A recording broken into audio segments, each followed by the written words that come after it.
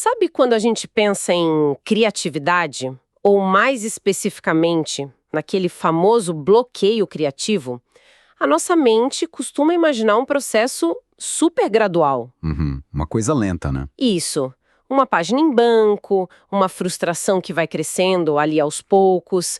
Tipo, um café que esfria na mesa. É quase como um rio secando até sobrar só a terra rachada. Nossa, é uma imagem muito precisa. Porque o bloqueio é exatamente isso.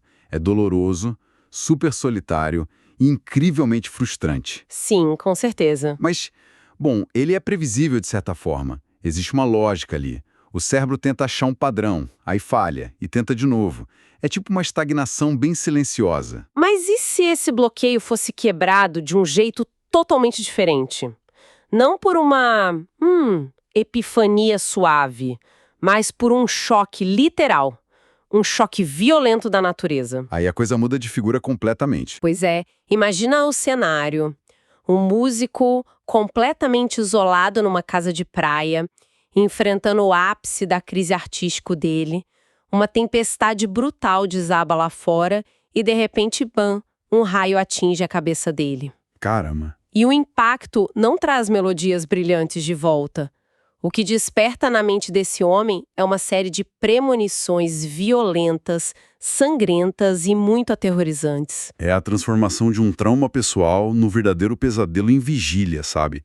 A mente, que antes era aquele refúgio onde esse artista criava, passa a ser uma ameaça letal. Exatamente. Ele simplesmente perde a confiança na própria sanidade, porque ele não consegue mais distinguir o que é um delírio gerado pelo choque elétrico e o que é um aviso real sobre o futuro. Ok, vamos destrinchar isso.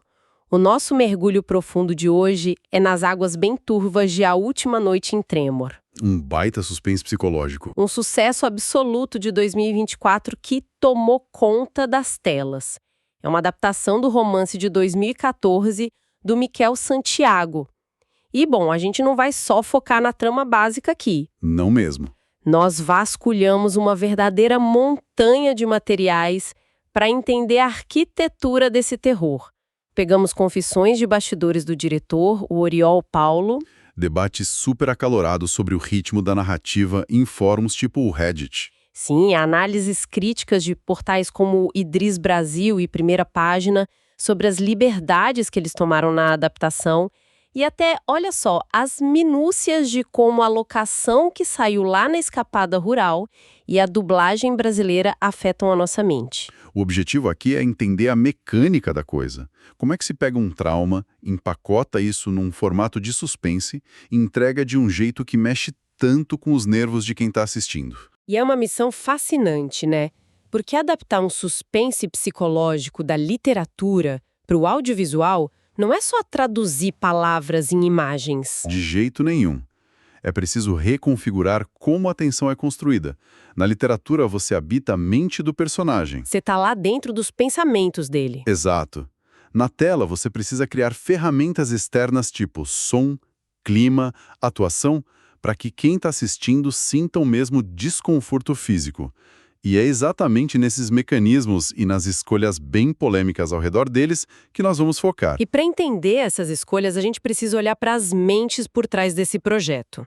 Tudo começa com o autor do livro, o Miquel Santiago, lá em 2014. A trajetória dele por si só já daria um filme, fala a verdade. Totalmente. Ele é um autor basco que tem um background super improvável. Ele tocava em bandas de rock e ganhava a vida desenvolvendo software. Uma mente completamente dividida entre a emoção crua da música e a lógica implacável da programação. Sim. E ele começou autopublicando contos na internet antes de estourar de vez no mercado editorial tradicional. O que é fascinante aqui é a sincronia quase cósmica dos eventos, sabe? O diretor da série, Oriol Paulo, leu esse livro exatamente na época do lançamento original. Sério? Lá em 2014. Sim. Ele tinha acabado de lançar o filme O Corpo e percebeu na hora o potencial cinematográfico da história. Ele tentou adquirir os direitos de adaptação na época, mas bateu na trave. Os direitos já deviam estar comprometidos com outra pessoa. Exatamente. A história poderia ter simplesmente evaporado ali, virado apenas uma nota de rodapé na carreira dele. Mas a vida tem uns roteiros curiosos, não é? Quase uma década se passa, o Oriol Paulo lança aquele sucesso absoluto, As Linhas Tortas de Deus, e o Miquel Santiago, o autor original, assiste ao filme e decidiu mandar uma mensagem parabenizando o diretor. Um simples elogio de WhatsApp. Pois é, um elogio de WhatsApp que ressuscita o projeto inteiro 10 anos depois. Exato. E o mais revelador dessa retomada não é nem o fato dele ter conseguido os direitos depois de tanto tempo, mas o estado emocional em que o Oriol Paulo estava quando recebeu essa mensagem. Como ele estava? Ele declarou em várias entrevistas que estava atravessando uma crise existencial severa, um esgotamento criativo e pessoal muito forte. Nossa, igualzinho ao protagonista. Perfeito. Quando ele releu o livro do Santiago, a perspectiva dele tinha mudado completamente. A dor do Alex, que é o protagonista, um músico paralisado pelo bloqueio e pelo trauma, de repente espelhava a dor do próprio diretor. Então a adaptação deixou de ser só um projeto comercial de suspense. Virou um processo de catarse pessoal para ele. E é aí que a experiência do diretor entra em jogo, sabe? Quem frequenta fóruns e debates na internet sabe que o Oriol Paulo é frequentemente exaltado como arquiteto do suspense dramático. Os fãs adoram o estilo dele. Mas a forma como ele constrói esse suspense é muito particular. A direção dele age como se fosse uma daquelas salas de escape psicológicas, entende? Como assim? Ele não apenas tranca a gente num labirinto escuro. Ele deixa todas as chaves à vista desde o minuto 1, mas usa uns truques de percepção para que a gente fique olhando para o teto até o terceiro ato. Essa metáfora da sala de escape é genial. Nos círculos de roteiro, ele é extremamente elogiado pelo uso rigoroso do princípio da arma de Chekhov. Ah, aquela regra clássica do teatro. Sim. A regra é de que, se você mostra uma arma carregada no primeiro ato, ela obrigatoriamente precisa ser disparada no último. Com Oriol Paulo e os corroteiristas Giorgio Valejo e Lara Sendin, nada está em cena por acaso. Tipo um olhar de relance. Isso. Um olhar, um objeto largado numa mesa, uma fala que parece banal sobre o passado, tudo é prefiguração, sabe? Tudo é uma semente plantada. Mas ele fez uma promessa vital ao Miquel Santiago antes de começar a gravar. Qual promessa? Ele prometeu que o mistério policial seria totalmente secundário. Secundário. Num thriller de assassinato e premonição, como assim? Pois é. Paulo prometeu que a espinha dorsal da narrativa não seria descobrir quem morre ou quem mata. A resolução, a verdadeira recompensa para quem acompanha a história, teria que ser emocional. Ah, entendi. O suspense seria só o veículo, um cavalo de Troia, para explorar a jornada de cura e o enfrentamento de traumas profundos dos 4 personagens centrais. Se o público chegasse ao fim só chocado com o plot twist, mas vazio emocionalmente, ele ia considerar a adaptação uma falha. Nossa, isso é profundo. O que nos leva a uma questão logística crucial da série. Se o roteiro é essa sala de escape psicológica, onde o estado mental é o foco, onde exatamente essa sala foi construída? Ah, locação. Isso é fundamental. Porque a escolha do cenário altera tudo, né?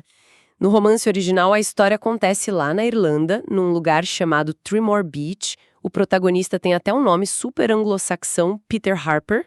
Mas na série, tudo isso foi arrancado de lá. O personagem virou o espanhol Alex de la Fuente, interpretado brilhantemente pelo Javier Rey, e a ação foi transferida para a costa norte da Espanha, para uma vila fictícia chamada Tremor.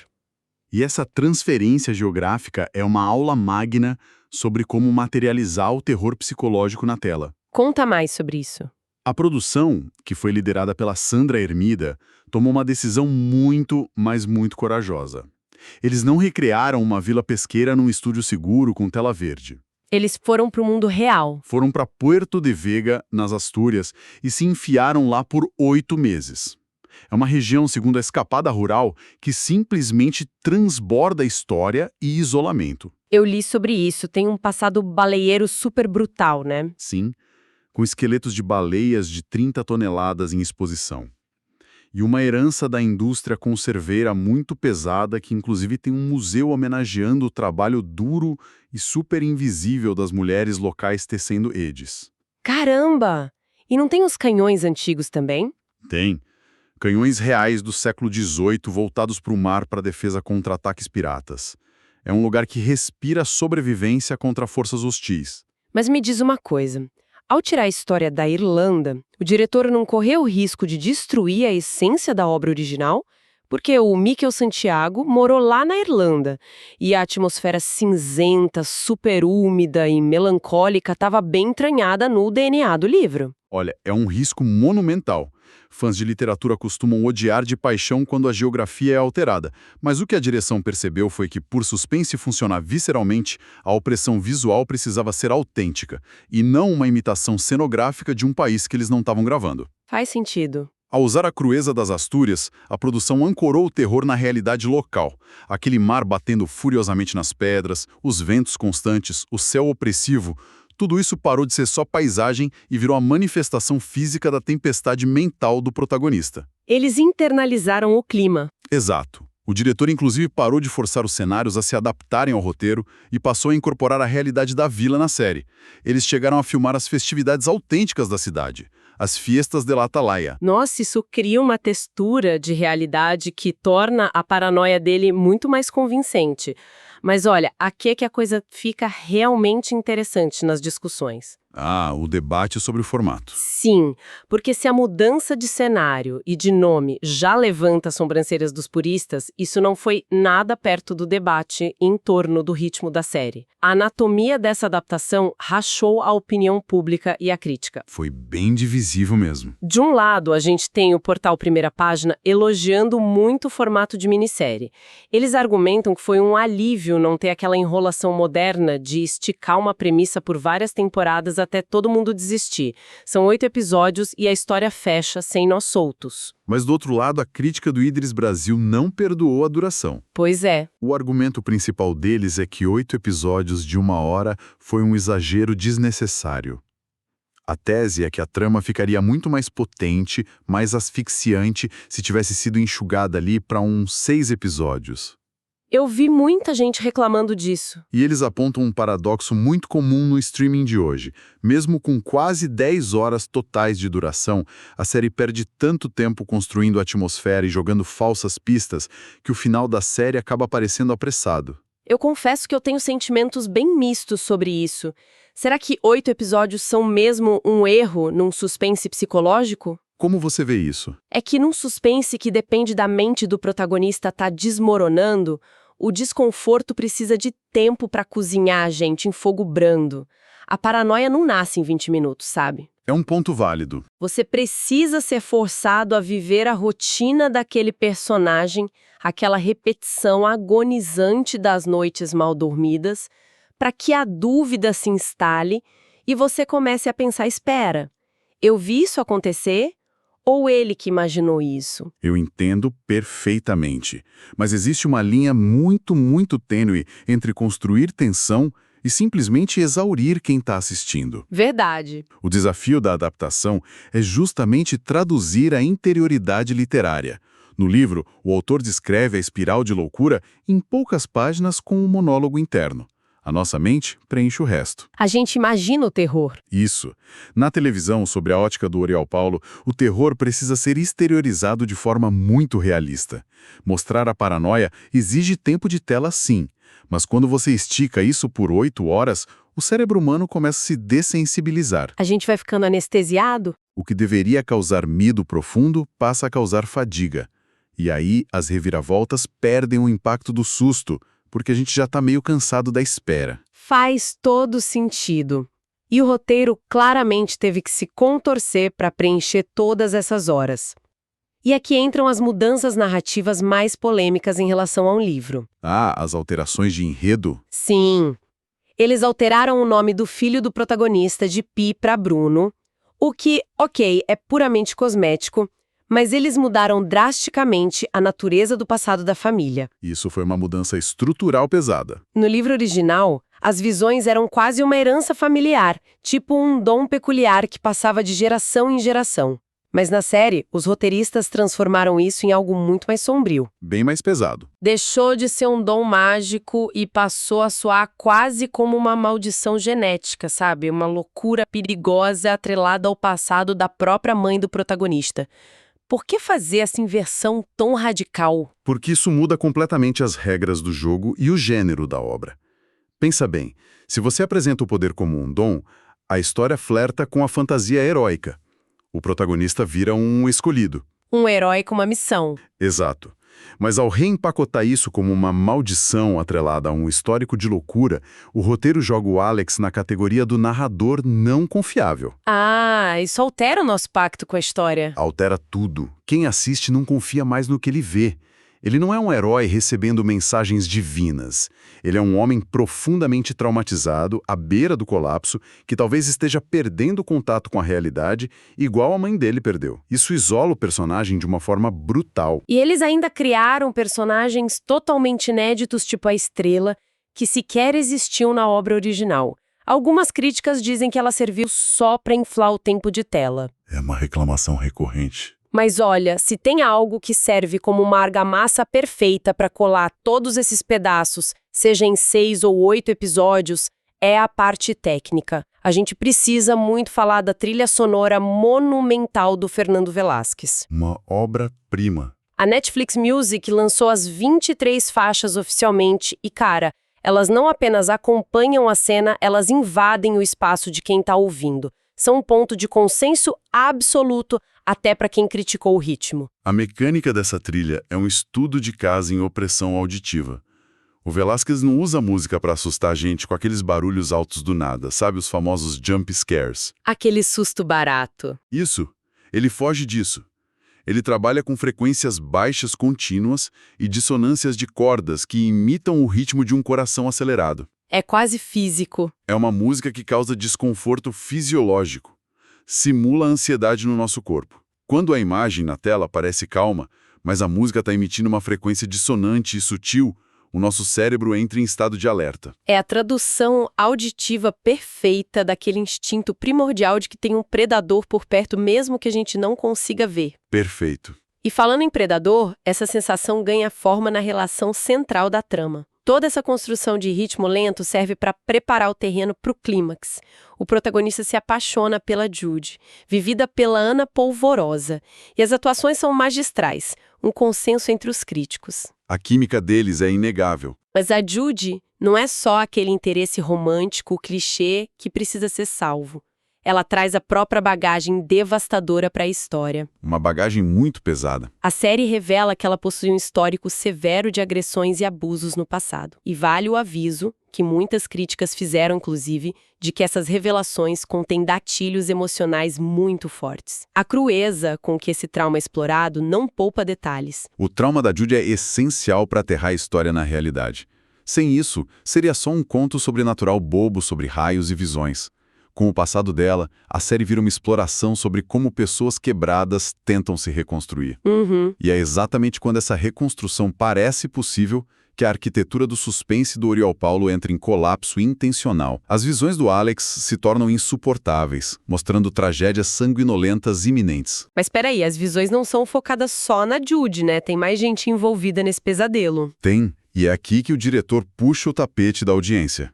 O Alex começa a ter visões aterrorizantes envolvendo os vizinhos da casa ao lado, o Léo e a Maria. Ah, os vizinhos perfeitos. Interpretados pelo Guilhermo Toledo e pela Pilar Castro.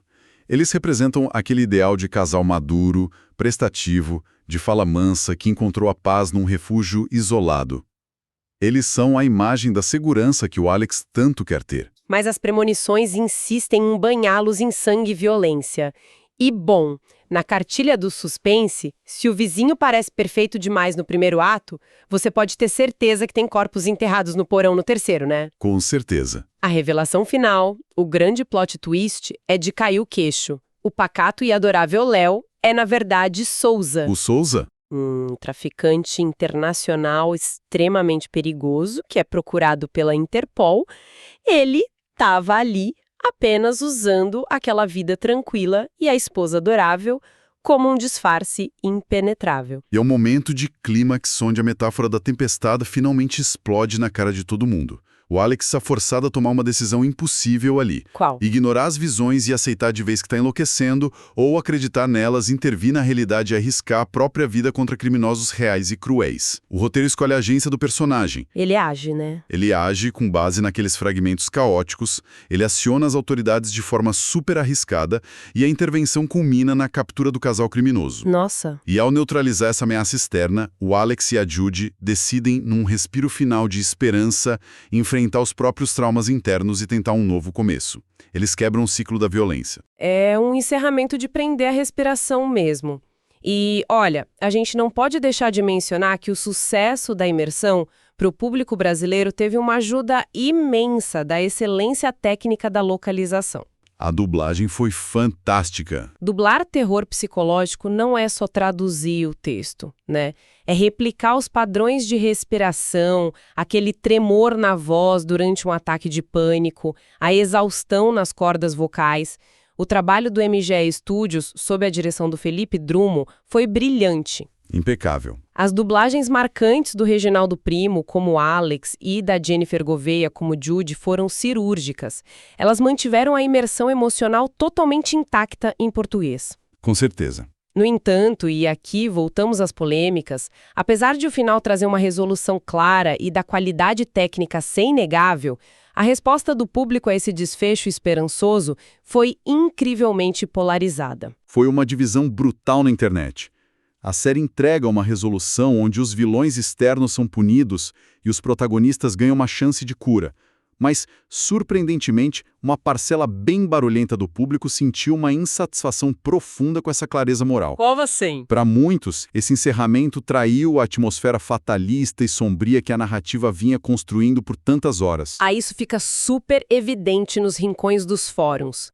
Eu li um comentário que me deixou chocada no portal Flixlândia. Conta aí. Um espectador, que usou o nome de Dione, publicou uma tese furiosa afirmando que o traficante Souza é quem deveria ter vencido e escapado no final. O vilão? O vilão, o raciocínio dele era perturbador. Ele argumentou que a família do Alex era tão disfuncional, tóxica e perigosa, inclusive citando o passado da mãe, que a colocava como assassina no roteiro novo, e a morte da personagem Estrela, que o próprio protagonista merecia sofrer uma punição definitiva. Caramba. Ele achava que a família inteira merecia ser punida pelo caos que carregavam. Então, o que tudo isso significa na prática? Como uma série que foca na cura do trauma gera, em parte das pessoas, um desejo tão violento por punição cega? Isso levanta uma questão importantíssima sobre a psicologia de quem consome entretenimento. Existe um desconforto inerente na gente ao lidar com o trauma humano porque ele é confuso. Ele é irracional, né? Exato, e nunca se resolve de forma limpa.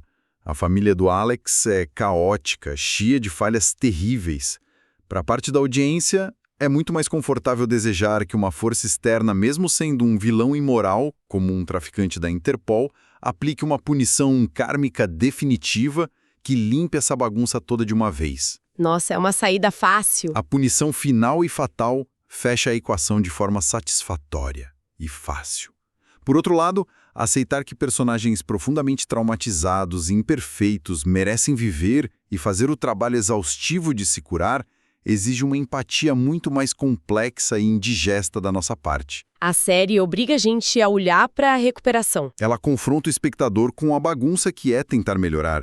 E muita gente prefere o banho de sangue purificador. É uma análise cirúrgica da nossa própria aversão à vulnerabilidade. E que jornada percorremos na nossa conversa de hoje, hein? Foi longa e intensa. Começamos acompanhando a publicação de um livro independente feito por um desenvolvedor de software em 2014.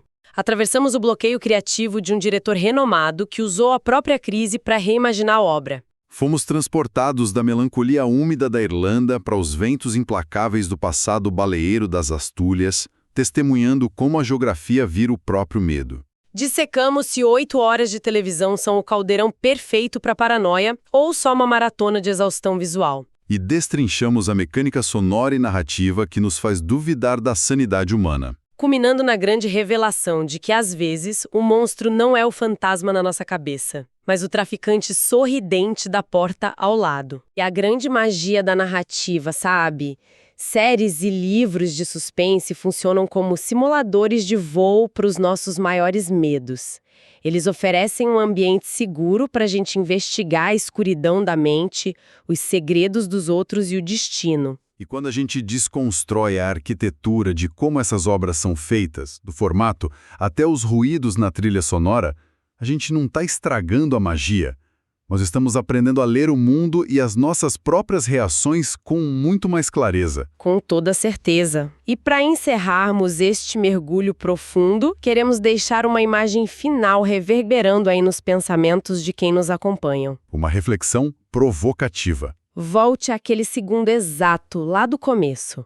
O clarão repentino do raio, o choque correndo pelo corpo e o despertar de uma visão terrível e irrefreável sobre o amanhã. Imagina estar na pele dele. Fica o grande questionamento.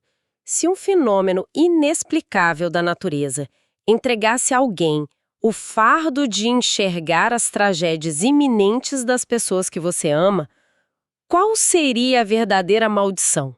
Pois é. A violência aterradora daquelas imagens de dor que invadem a mente sem pedir licença, ou a responsabilidade esmagadora, solitária e constante de ter que decidir a cada milissegundo se você deve ou não interferir no destino delas.